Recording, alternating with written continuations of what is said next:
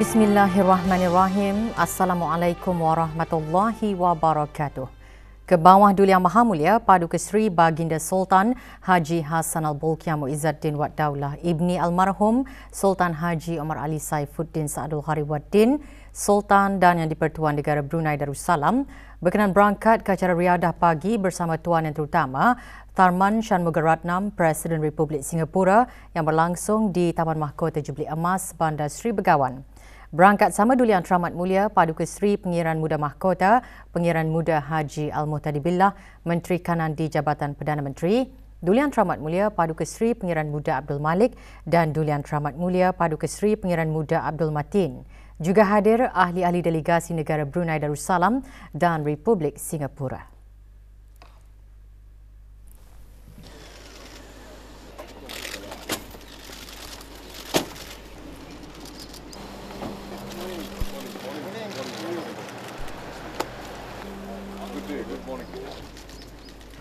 Ke bawah Duli Yang Maha Mulia mengalu-alukan ketibaan Tuan Yang Terutama. Kedua-dua pemimpin seterusnya memulakan acara riadah pagi dengan berjalan kaki sekitar Taman Mahkota Jubli Emas.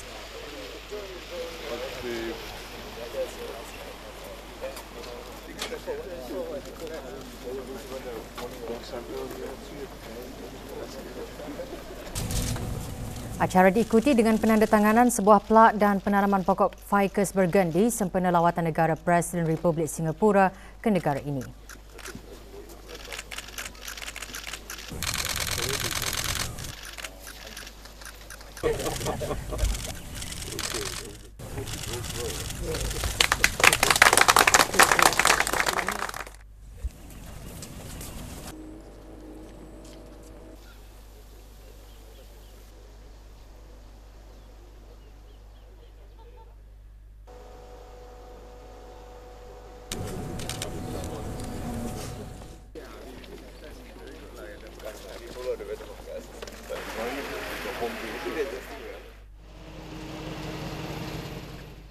Ke bawah Duli Yang Maha Mulia berangkat bersama Tuan Yang Terutama ke Tarindak di Seni bagi menghadiri majlis santap pagi.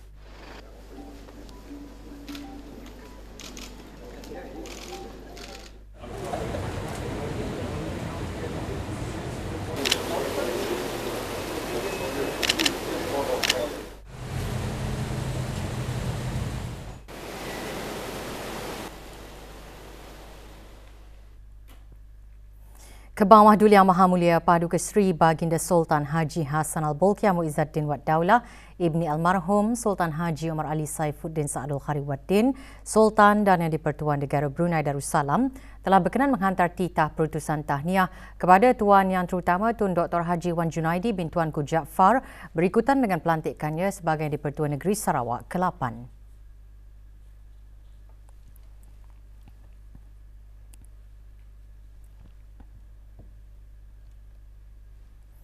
Tuan Yang Terutama Tharman Shanmugaratnam Presiden Republik Singapura dan isteri Mrs. Jen Itogi Shanmugaratnam mengisi program lawatannya ke Pusat Pengajian Kesenian dan Kaligrafi Islam Yayasan Sultan Haji Hassan Al-Bolkiah. Ketibaan Presiden Republik Singapura dan isteri dialu-alukan oleh Yang Berhormat Pehindatul Laila Raja Major Jeneral Bersara Datuk Paduka Seri Haji Awang Halbi bin Haji Muhammad Yusof Menteri di Jabatan Perdana Menteri dan Menteri Pertahanan kedua selaku pengerusi Lembaga Pengarah Yayasan dan Yang Berhormat Datuk Seri Setia Dr. Awang Haji Muhammad Isham bin Haji Jaafar Menteri Kesihatan selaku Timbalan Pengerusi Lembaga Pengarah Yayasan dan Yang Berhormat Datuk Seri Setia Dr. Awang Haji Muhammad Amin Liu bin Abdullah Menteri di Jabatan Perdana Menteri dan Menteri Keuangan dan Ekonomi kedua. So this is the calligraphy design. Very intricate. Yeah, same.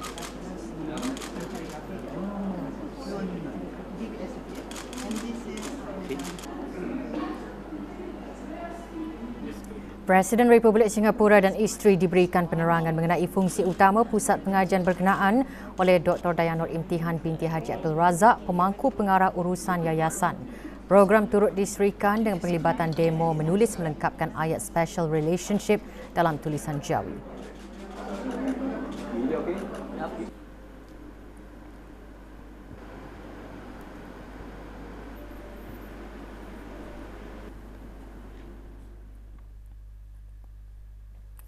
Sementara itu, Mrs. Jen Itogishan Mugaratnam, isteri Presiden Republik Singapura beserta rombongan mengadakan lawatan ke Balai Khazanah Islam Sultan Haji Hassanal Bolkiah.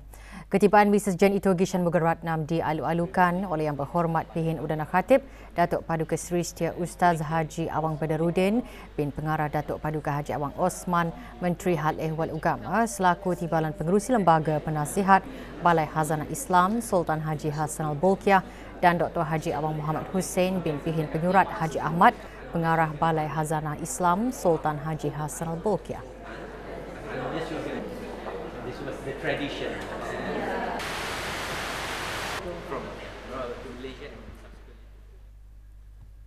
Presiden Republik Singapura dan isteri serta rombongan berlepas meninggalkan Bandar Seri Begawan selepas menamatkan lawatan negara selama 3 hari ke negara ini. Semasa lawatan negara, Tuan Yang Terutama mengadakan majlis perjumpaan dua hala bersama Kebawah Duli Yang Maha Mulia Paduka Seri Baginda Sultan dan Yang di-Pertuan Negara Brunei Darussalam. Kedua-dua pemimpin juga mengalu-alukan beberapa siri acara komemoratif bagi memperingati peristiwa penting sempena ulang tahun ke-40 hubungan diplomatik pada tahun ini. Hadir di lapangan terbang antarabangsa Brunei bagi mengucapkan selamat berlayar Yang Berhormat Datuk Seri Setia Dr. Awang Haji Muhammad Amin Liew bin Abdullah, Menteri di Jabatan Perdana Menteri dan Menteri Keuangan dan Ekonomi kedua selaku Menteri Pengiring dan isteri. Yang Berhormat Datuk Seri Setia Awang Haji Eriwan bin Pihin Datuk Pekerjaya Haji Muhammad Yusof, Menteri Hal Ehwal Luar Negeri kedua dan isteri. Yang Berhormat Datuk Seri Setia Awang Haji Muhammad Juanda bin Haji Abdul Rashid, Menteri Pembangunan dan isteri. Datuk Paduka Seri Awang Haji Muhammad Irwan bin Haji Hambali, Pesuruhjaya Polis Diraja Brunei dan isteri, dan Major General Datuk Paduka Seri Haji Muhammad Hazaimi bin Bul Hassan, Pemerintah Angkatan Bersenjata Diraja Brunei dan isteri.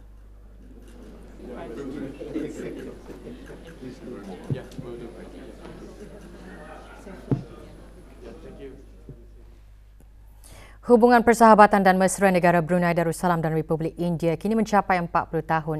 Ia terus berkembang di bawah bimbingan para pemimpin kedua-dua buah negara sejak penubuhan diplomatik pada tahun 1984.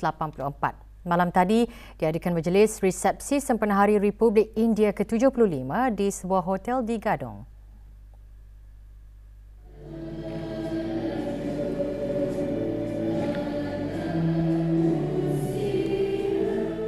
Mewakili Kerajaan Kebawah Duli Yang Maha Mulia Yang Berhormat Datuk Seri Setia Dr. Awang Haji Muhammad Isham bin Haji Jaafar, Menteri Kesihatan.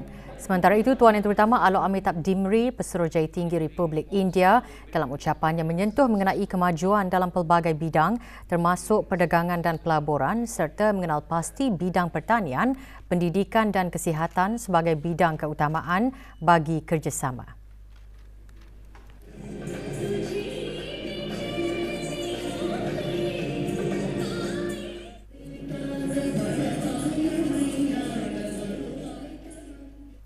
Bagi memupuk semangat kecemerlangan, selain mengiktiraf dan meraihkan pencapaian cemerlang dalam pendidikan, diadakan majlis Hari Anugerah Pertandingan Antarabangsa. Dianjurkan oleh Teach Me Guru, majlis berlangsung di Kompleks Membeli Belah di Berakas. Hadir Yang Berhormat Pihin Orang Kaya Indra Pahlawan Datuk Seri Setia Haji Awang Suyoy bin Haji Osman, Ahli Majlis Mesyuarat Negara. Majlis ini antara lain dihasrat bagi menghargai sikap, dedikasi dan semangat para pelajar dalam pelbagai pertandingan peringkat sekolah antarabangsa.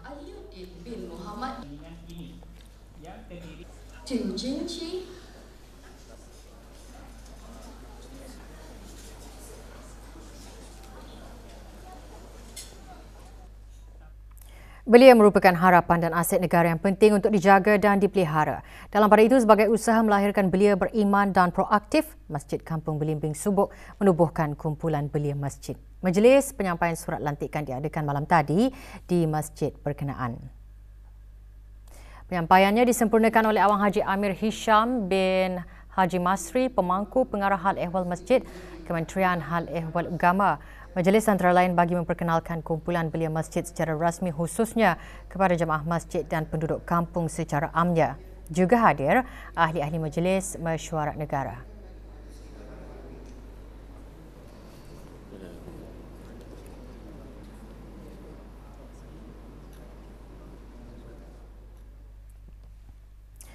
Sumber-sumber bumi diperlukan bagi memastikan kelangsungan hidup. Dengan memanfaatkan dan menjaga sumber-sumber tersebut khususnya bagi generasi akan datang dan memastikan pembangunan mampan ia mampu mengekalkan pencapaian yang baik selaras wawasan Brunei 2035. Itu antara intipati khutbah Jumaat bertajuk Pembangunan yang Berdaya Tahan. Dan cara mudah yang boleh kita amalkan bagi memastikan pembangunan yang mampan tersebut antaranya: pertama, menggunakan produk yang mesra alam dan mengelakkan daripada menggunakan plastik sekali guna. Kedua, menjimatkan penggunaan air dan tenaga elektrik dengan mengurangkan penggunaannya mengikut kadar keperluan sahaja. Ini kerana penggunaan air domestik di negara Brunei Darussalam adalah antara yang tertinggi di rantau ASEAN dan penggunaan tenaga kedua tertinggi di rantau ASEAN pada tahun 2020 menurut ASEAN Center for Energy. Ketiga, mendukung perniagaan tempatan, terutama perniagaan yang mampu mengekalkan pencapaian yang baik dan mesra alam bagi memajukan ekonomi negara. Keempat, ikut serta dalam inisiatif yang bermanfaat seperti kegiatan bergotong royong membersihkan persekitaran dan penanaman pokok. Kelima, mengelakkan pembaziran makanan seperti tidak memasak atau membeli makanan dalam jumlah yang berlebihan. Jabatan Urusan Haji Kementerian Hal Ehwal Agama melalui bahagian bimbingan haji dan umrah mengendalikan kursus ibadat haji dan umrah bagi musim haji tahun ini. Kursus diadakan serentak di seluruh negara. Di daerah Belait, kursus ibadat haji dan umrah diadakan di 2 buah tempat. 118 orang mengikuti kursus berkenaan. Kursus bertujuan membantu bakal jemaah haji mempelajari dan memahami mengenai manasik haji secara teori dan praktikal agar dapat melaksanakan ibadat haji dengan teratur dan sempurna. Sebagai tetamu Allah, dan ia meminta ampun makhluk, memang banyak dosa kita. Di daerah Tutong, kursus diadakan di Sekolah Agama Pengiran Anak Puteri Nur Ain. Kursus ibadat haji dan umrah disertai oleh 94 orang.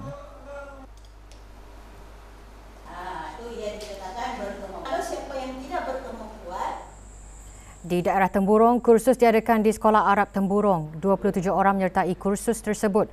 Kursus ibadat haji diadakan sebanyak 10 sesi pada setiap hari Jumaat dan Ahad bermula pukul 8 pagi hingga 10.30 pagi. Kursus diadakan sehingga 8 Mac di pusat-pusat kursus yang telah ditetapkan.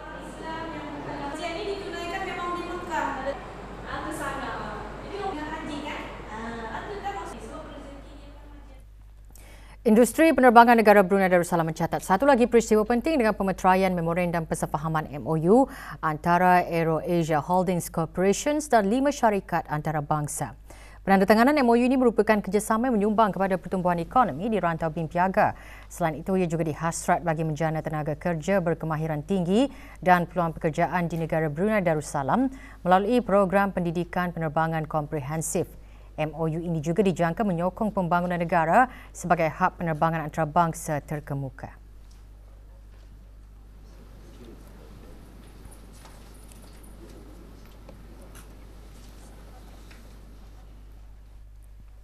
Sokongan berterusan terhadap pesakit yang menghidap skoliosis sangat penting bagi memberi mereka keyakinan dalam mengharungi cabaran kehidupan. Pantai Jerudong Specialist Centre PJSC mengadakan majlis penghargaan sempena memperingati Minggu Skoliosis. Majlis diadakan di PJSC Jerudong. Taklimat mengenai skoliosis dan kepentingan advokasi untuk pesakit disampaikan oleh Dr. Eddie Tien, pengerusi bersama Minggu Skoliosis 2024. Hari penghargaan ini khusus bagi bekas pesakit skoliosis. And a third of you have needed surgery when you first see us in clinic. My back feels better. Like there's no more back pain. As in when I stand too much, like for a long hours of time, or when I sit. I had my surgery. Menakutkan rasanya. Tapi with my siblings punya support, my mother punya support especially, I was courageous enough to mengambil untuk go through that surgery lah. Makin better. Macam that time badanku, aku tak pernah jalan lurus, and macam badanku pun menyingat sedikit. Tapi masa ni alhamdulillah. Pesta Pengguna ke-28 tahun ini disertai oleh pelbagai syarikat tempatan dan luar negara yang menawarkan pelbagai barang dan perkhidmatan menarik untuk orang ramai. Diadakan sehingga esok 28 Januari, Pesta Pengguna ke-28 turut diisikan dengan pelbagai aktiviti dengan tema New Year Numi. Pesta yang disertai 500 vendor ini mengalu-alukan orang ramai untuk meneroka perkhidmatan dan produk yang ditawarkan.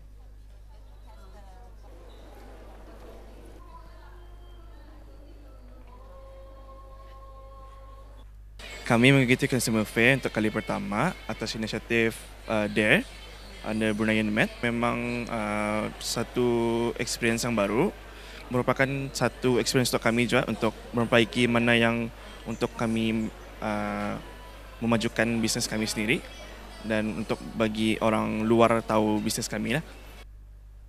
Hanaku Enterprise membawakan barang kesihatan produk beauty dari luar sama dalam, kesihatan dalaman. Jadi kalau untuk Mel mau share antaranya lah yang local produk yang Mel bawakan.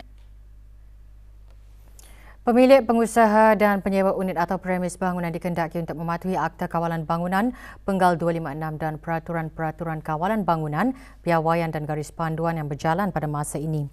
Autoriti Kawalan Bangunan dan Industri Pembinaan ABCI Kementerian Pembangunan telah mengeluarkan notis mengosongkan unit premis ke atas Grill Zenmo Arabic Restaurant di Kampung Kulap, Mukim Gadong. Akta Kawalan Bangunan Penggal 256 menetapkan tiada seorang pun boleh menduduki, membenarkan atau menyebabkan untuk diduduki mana-mana bangunan atau bahagiannya, melainkan pihak berkuasa telah mengeluarkan permit kesiapan kemajuan.